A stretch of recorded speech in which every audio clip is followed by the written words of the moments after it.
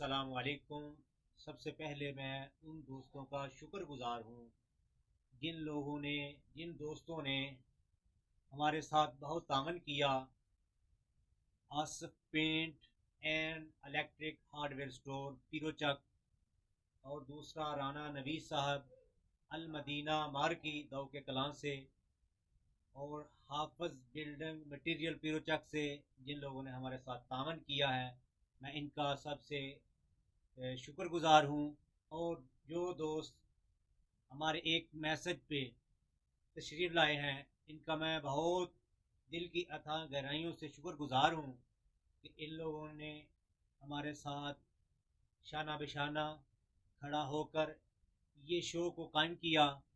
اور چوری شہباز احمد باجوہ صاحب، میڈم آپ، اور ایم عرفان سلیریہ صاحب، رانا اشفاق صاحب، اور رانا الیاس صاحب، کرشما اخبار کے چیف ایڈیٹر امیر زمان پہلوان جام کے چیمہ سے تشریف لائے ہیں، اور کافی دوست جو سیالکوٹ سے بھی ہیں، ہمارے ایریا کے بھی ہیں۔ تو میں سب کا شکر گزار ہوں۔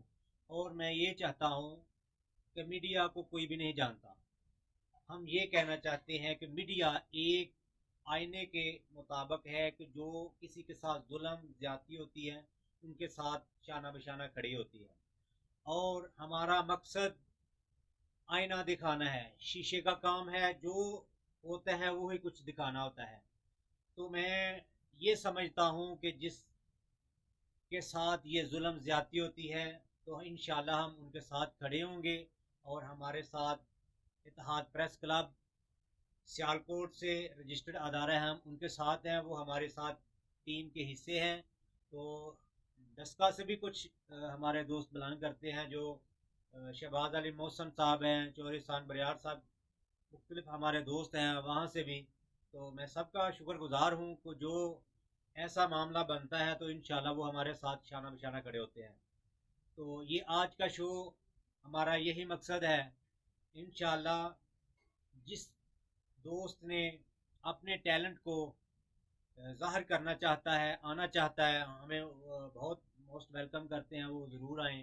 یہ ہمارا موبائل نمبر بھی اس ویڈیو میں ہے، تو آپ ضرور یہ ویڈیو دیکھیں اور اپنا رابطہ کریں۔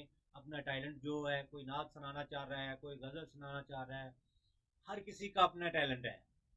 جو کسی نے بولنا ہے، منظر عام پہ آنا ہے، ہم انشاءاللہ آپ کو منظر عام دے لاتے ہیں۔